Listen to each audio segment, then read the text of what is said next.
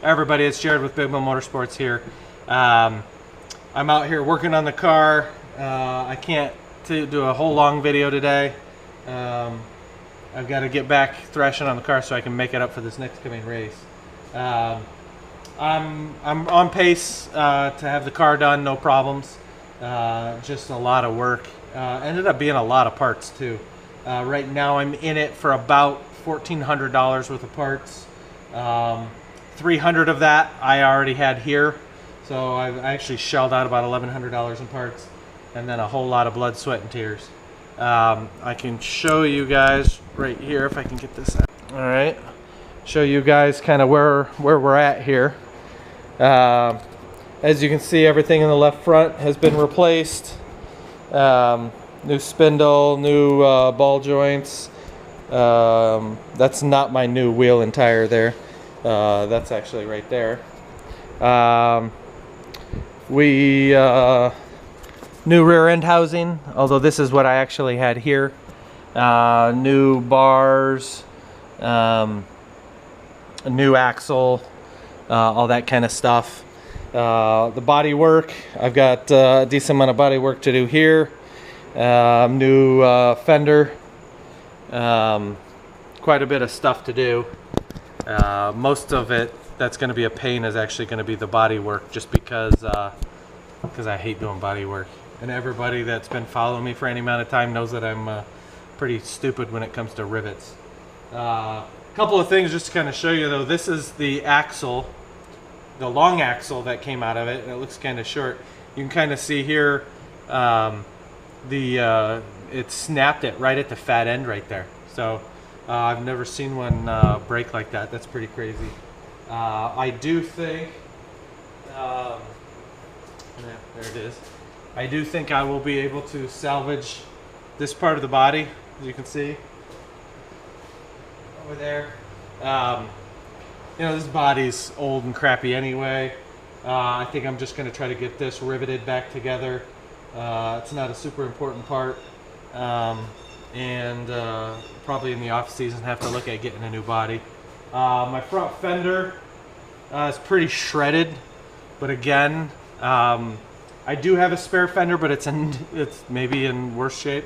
So I'll try to put that front fender back together, and then we'll get everything rolling. So shouldn't be too bad. Tonight I plan on doing the axles, putting the springs on, see if my wife can come out and help me bleed the brakes, and then I'm pretty much ready to go into setup and body work. So that shouldn't be too bad. I did want to thank, a shout out to Miller Performance Motorsports guys up here just north of me in Ohio. They helped me with a lot of the parts, getting them here, and then helping me, you know, they bought a batch of parts, and so they were able to help me with shipping and give me a pretty reasonable price on shipping. So appreciate it. Thank you to the Miller guys. It was funny going through all that stuff. I ended up going through the shop trying to find all the parts, and I found that I have a ton of random parts. So I'm going to look at maybe selling some of that, because nobody needs 3 starters and 3 alternators and all that kind of stuff. Several years ago I bought some high-grade steel and made about 600 bumper tabs, and I've got all of those, and I've been planning on putting them up for sale.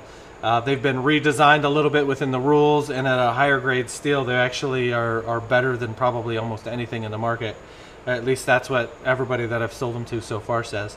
So I plan on getting those going, getting those out for sale here pretty soon. So if you guys need any parts or anything like that, let me know. I don't have a ton of stuff, but just some random weird stuff I'll try to look at getting up for sale. Also going through this, I did end up checking the frame, and I did find a little crack on one of the welds, and so I ended up having to clean that up. I don't have a welder here at the shop, so I had to take it into work and clean it up and repair it. Pretty happy with my repair on that, but what that did point out to me is that I don't have a welder. So I am in the process of buying a Miller MIG welder right now. And when that comes in, maybe I'll show you guys the welder and kind of the whole operation and how that goes. Upcoming races, this weekend we have Brush Creek, and then after that, I think for dirt races wise, we have about a 6-week lull in the schedule. So with that, I had planned at the beginning of the season of running some asphalt races, so I'm going to go ahead and try to do that. My goal is to try to run at least 2 asphalt races during that period of time.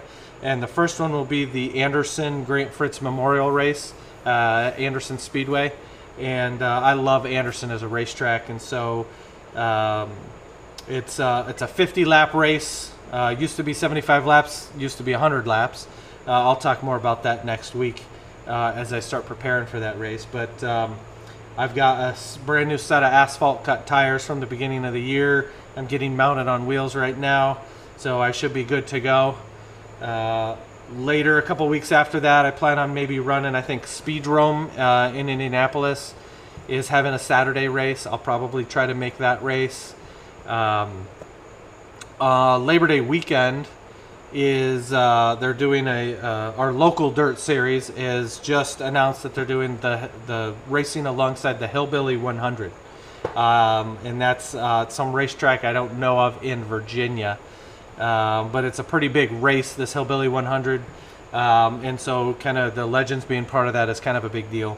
So the hard part is that September 3rd is my wife's birthday, and that is also the day of the race.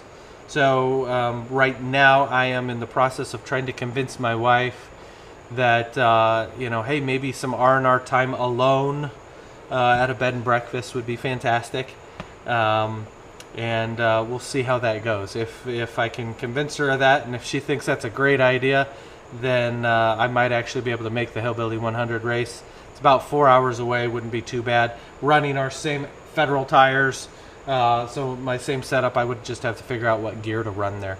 Either way, that might be fun.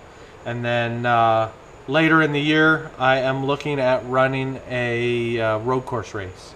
So right now, I think it's in October. One weekend in October, there's 2 road course races scheduled on the same weekend, of course. Otherwise, I'd probably try to hit both of them. It is Atlanta Motorsports Park, and I think it's a U.S. Legends Young Lions Nationals race or something. And then at Dominion Raceway in Virginia also has a road course race for Legends. Both of those tracks are just about 7 hours away from me right now, so they're both about equidistant. I'll leave that up to you guys. You guys tell me which track you want me to visit, and that'll be the track that I go to. I really don't have a preference either way. I just want to go road course racing, try it out. So leave me in the comments, go on Facebook, let me know what you think. If you have a strong preference of me wanting to, or want me to race one race or the other, let me know, and I will literally rely on you guys to tell me, you know, for you guys to decide where I go. Other than that, I got to get back to work here. So I am videotaping all of the repairs. I'm not talking during it. I'm literally, it's going to be like a speeded up version of all the repairs that I'm doing. I'll look at that, see if it's worth posting out or not. I don't have time to be able to narrate and talk through it because I just need to get the work done. I also do have the follow along video from the night of my crash. I've cut it and gotten it through the video editor. I'm not sure if I'm going to post it yet. If you guys really want to see it, let me know. It's really just me, you know, talking about how crappy I did. and literally, like, right after the crash, I pull the camera off the car and I'm on the track going through that, and then the walk of shame back to my trailer. So let me know if you guys want to see that. Either way, I got to get back to work here, so I appreciate you guys watching. I will talk to you later. I'll be at Brush Creek this weekend, and we'll have a good time. Thank you.